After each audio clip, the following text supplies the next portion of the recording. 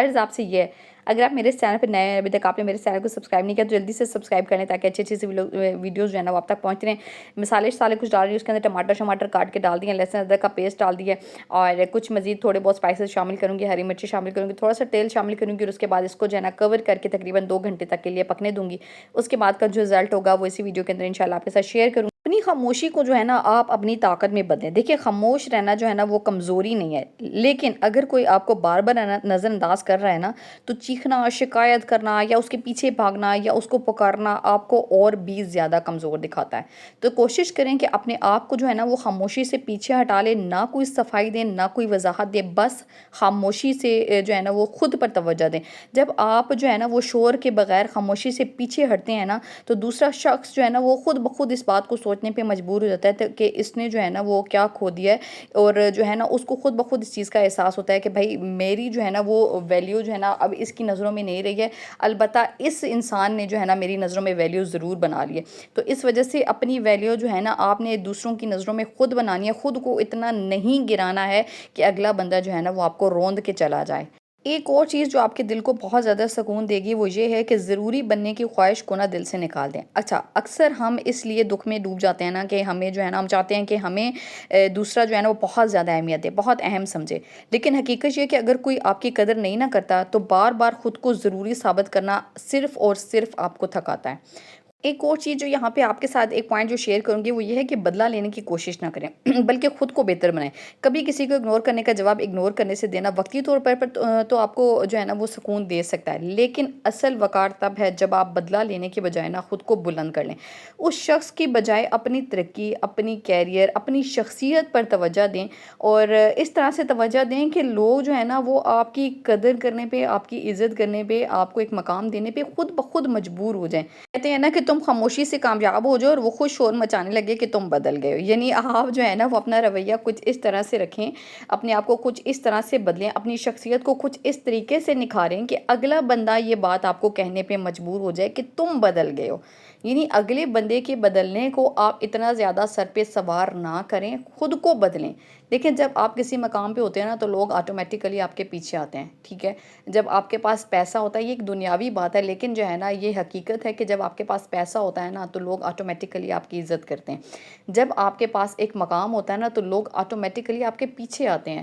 تو سب سے ضروری چیز ہے کہ آپ نے خود کو اس مقام تک لے کے جانا ہے کہ لوگ آپ کے پیچھے آئیں، نہ کہ آپ کو لوگوں کے پیچھے بھاگنا پڑے، لوگوں کے ترلے کرنے پڑیں، لوگوں کی منتیں کرنی پڑیں۔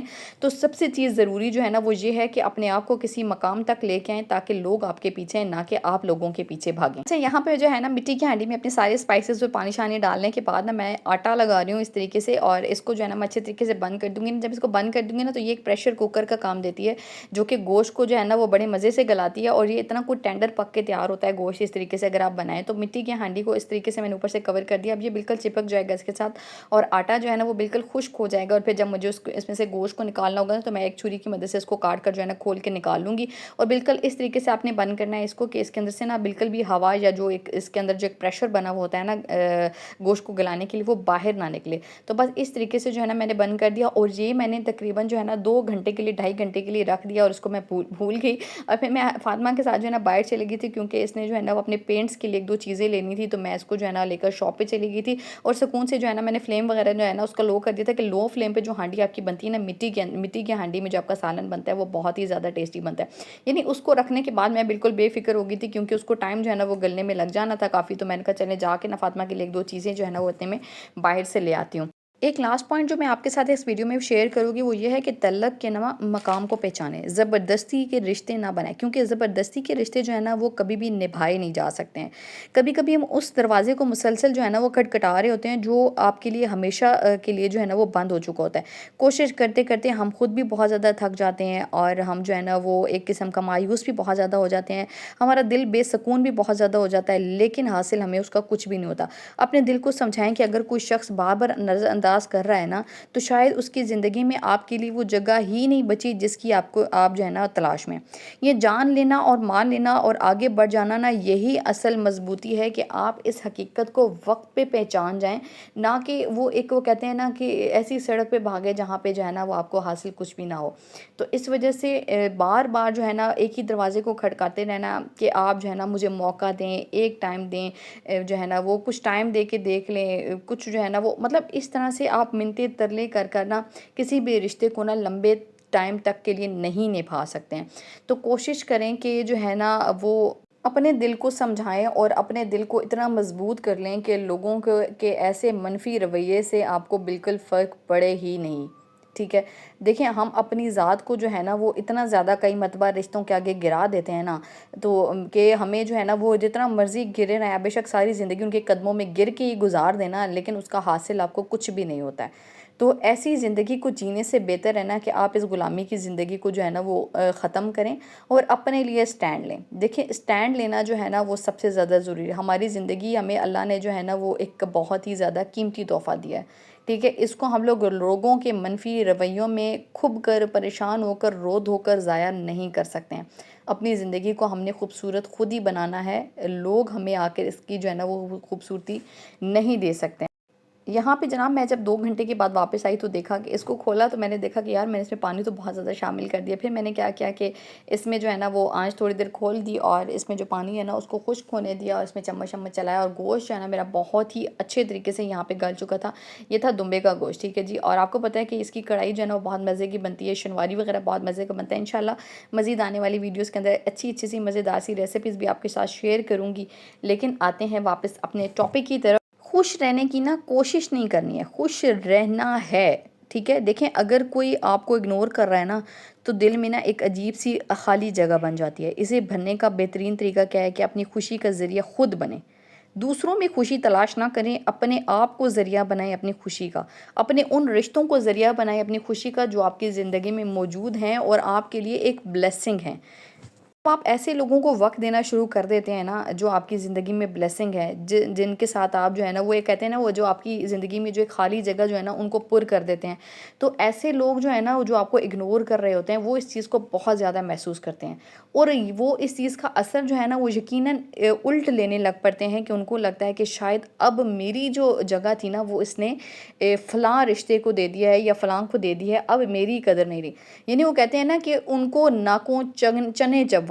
یعنی آپ نے جو کرنا تھا نا آپ اس موقع پہ اس کو یہ کہہ سکتے ہیں کہ آپ نے کر لیا، اب جو باری ہے نا وہ میری ہے. تو آپ نے اپنے آپ کو اپنے پاؤں پہ کھڑا کرنا ہے، اپنی عزت کو خود کروانا ہے. ایسے رشتوں کے ساتھ ایک پرسکون زندگی گزارنی ہے جو اللہ نے آپ کی زندگی میں بلیسنگ بنا کے بھیجے ہیں. اور بلیسڈ رشتے جو ہیں نا وہ بہت کم لوگوں کو ملتے ہیں. ایسے لوگوں کے ساتھ اپنی زندگی کو پرسکون بنائیں جو آپ کی زندگی کو اور آپ کو سکون میں دیکھنا چاہتے ہیں. دیکھیں سکون رہنا نا ہم سب لوگوں کا حق ہے اور کسی کو یہ حق نہیں ہے کہ وہ آپ کی زندگی کا سکون ختم کرے.